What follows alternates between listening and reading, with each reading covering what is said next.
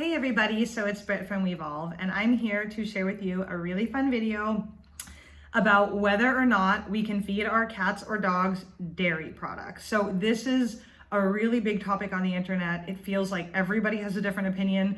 That's even the case with human consumption. Like some people say raw dairy is the best ever. Some people say it'll poison you to death.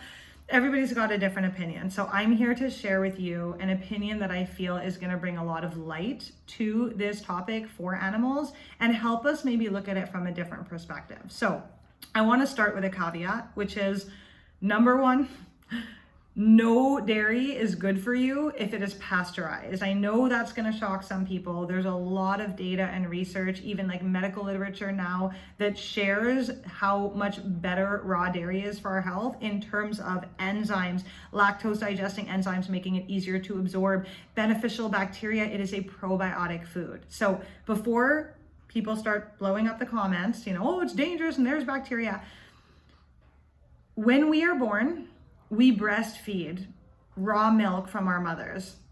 When animals are born, your kitten, your puppy, they cultured their gut and they got their highest amount of nutrition and they grew the fastest and they developed the most powerfully in the time that they're nursing.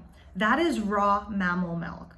So I would like to invite you to ask the logical, practical, rational question to yourself. Why would it be that raw human breast milk is the best thing ever for babies and raw kitten milk, cat's milk is the best thing ever for kittens and raw dog milk is the best thing ever for puppies? Why would it be that raw cow's milk is not the best thing ever for cows or for other animals? Like, why would suddenly cow milk or goat milk be this dangerous storehouse of bacteria? There is very little bacteria in fresh milk. There's some, but it's a healthy microbiome of that animal. It's beneficial for us. It's a probiotic food. Now, I'm not talking commercial dairies where they're giving tons of antibiotics and abusing the animals and treating them horribly, and the animals are very sick and they're living in an unhealthy environment. I don't condone that ever. That's not the type of farming practices that we should be having in our new world. But that aside, if you source good quality milk from a cow, it is safe for a human to put their mouth right on the teat of a cow and literally suck the way that you would your own mother. There's no risk to that. In fact, it will only increase your health. And they have shown that people that live on farms, I'm going to use humans as an example, but the same applies for pets. Children that live on farms that come in contact with ruminant animals and farm animals and are kind of dealing with their manure and drinking raw milk and touching the animals and hands in their mouth, and you know how kids are, those kids, they don't get allergies. They have robust microbiomes. They can handle bee pollen and they can handle, tree pollen, and they're not sick every minute. They have the ability to digest a lot of foods. They have the ability to fight a lot of infections. They have a good immune system, and that comes from bacterial and microbial exposure. So I have a lot of videos in my platform, the Wevolve Tribe, about reversing disease for humans, where I talk about everything you need to know to culture your gut, heal your gut, get rid of autoimmune disease, get rid of allergies, and basically get a healthy microbiome again, which very few people in the world these days have, how you can really maximize your health. And also I share about how I reversed many chronic diseases and almost dying myself through this process. So if you guys are more interested in my story and all that and why I'm even in holistic health and holistic pet health.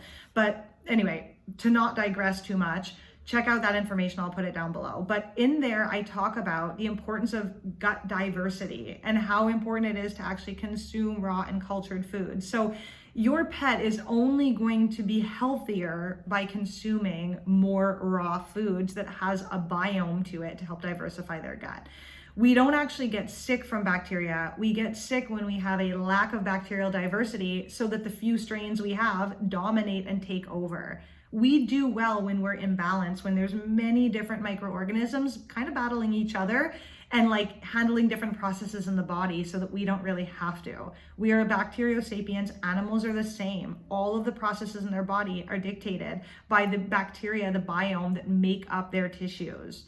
So a healthy animal will be one that got mother's milk. And if you have a sick animal, raw milk can be something really beneficial. Now, I have other videos where I talk about this, pet products and pet probiotics and different stuff, about how it's very important if your pet, especially if it's an adult, but even if it's like a kitten, that you sour the milk a little bit. You want to get good quality raw milk and you want to sour it, meaning leave it out on your counter just in the bottle it came in, closed is fine, for at least 24 hours until there's a bit of a separation.